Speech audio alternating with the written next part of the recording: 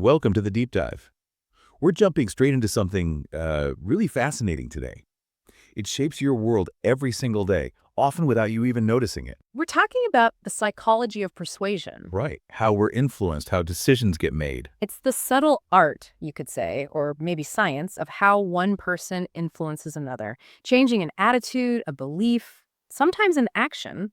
But crucially, as our sources point out, it's through appeal, not force. Exactly. And for this deep dive, we're really drawing on psychological research. We're leaning quite a bit on the foundational work of Dr. Robert Cialdini. His work is, well, it's pivotal in this field.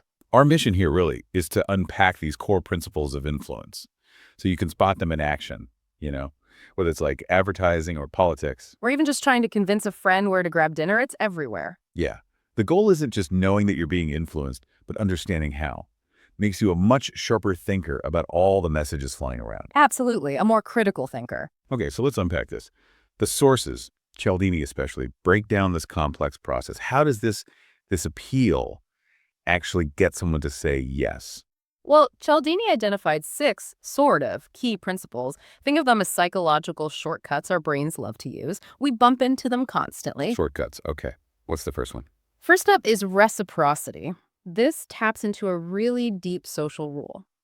If someone gives you something, you feel almost compelled to give something back. Ah, that feeling of obligation, like when you get a small freebie or something. Precisely that free sample, maybe an unexpected compliment, someone offering help. Even tiny things create this sense of, indebtedness. So you feel like you owe them. Right. And that makes you more receptive if they ask for something afterwards. Think about those, like free gift when you sign up, offers online. Okay, yeah, that explains why those work so well. Yeah. So beyond feeling like we owe a favor, what else kind of locks us into saying yes? Well, that brings us nicely to the second principle, commitment and consistency.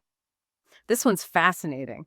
It basically leverages our desire, our internal need to appear consistent. Consistent with what we've already said or done. Exactly. We don't like contradicting ourselves.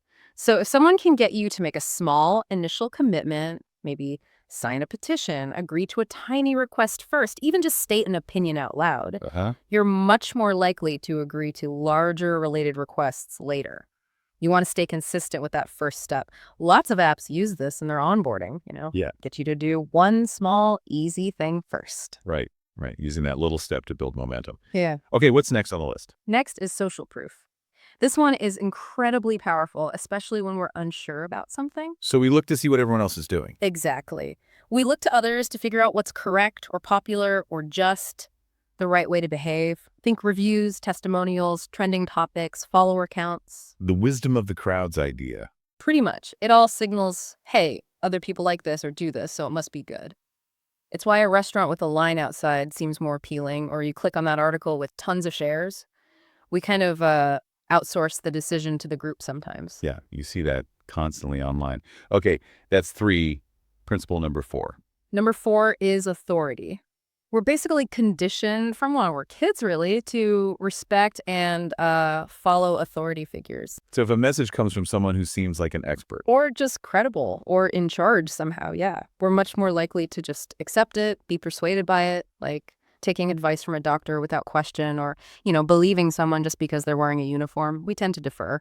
Okay, that makes sense. We defer to perceived expertise. Yeah. What about just liking the person talking to you? Yeah, that's number 5. Liking. It's pretty straightforward, actually. We're just more easily persuaded by people we like. And this isn't just about like big charismatic leaders. No, not at all. It's often simpler things. Finding similarities, common ground, getting compliments. Even just physical attractiveness or familiarity plays a role. Huh. So salespeople trying to find common interests. Exactly. They're often trained to do that. Build rapport, find that connection. If we feel some kind of link, we're just naturally more open to what they have to say. It's definitely not just about the facts. Who delivers the message really matters. Okay, and the last one, the 6th principle. The last one is scarcity.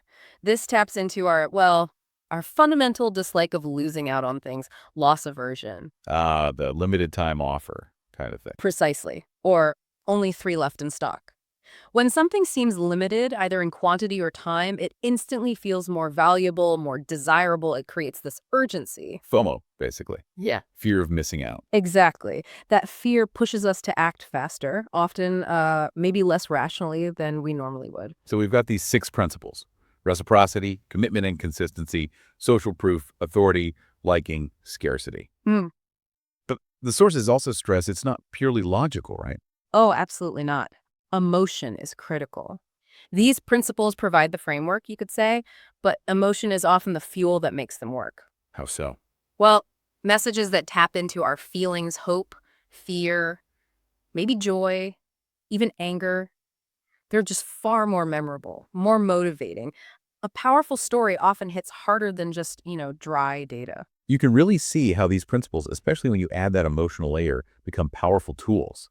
And advertising, political campaigns, framing issues, social media. They're constantly shaping narratives all around us, and understanding these mechanics, it really helps you navigate that landscape. Whether you're trying to present your own ideas or just evaluating the messages aimed at you. Right. It's like having, I don't know, X-ray vision for persuasion attempts. You see what's going on underneath. Which brings us to something else the source material really emphasizes: responsibility. Yes, definitely. The sources are clear.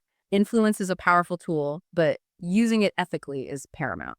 Meaning, using these principles to manipulate or deceive someone, rather than being transparent and aiming for a sort of mutually good outcome that erodes trust. It can cause real harm. Ethical persuasion, based on this research, is about transparency and respecting the other person's choice. This deep dive really pulls back the curtain, doesn't it? Yeah. You see how deeply influence is woven into just, well, daily life. It really does. And simply understanding these principles, just knowing they exist and how they work, it empowers you. It helps you decode the world around you, see the strategies behind the constant stream of messages. Makes you a more informed participant. Exactly. And the source material leaves us with a final thought, sort of a challenge maybe. Knowing how persuasion works is like having a superpower. It is. But like any power, it comes with responsibility. So the question it leaves you with is, how will you use this knowledge? Not just potentially to influence others ethically. But also to guard yourself against manipulation. Precisely. How do you use this understanding to navigate your own life, making conscious choices about how you influence and how you allow yourself to be influenced? That's something to really think about.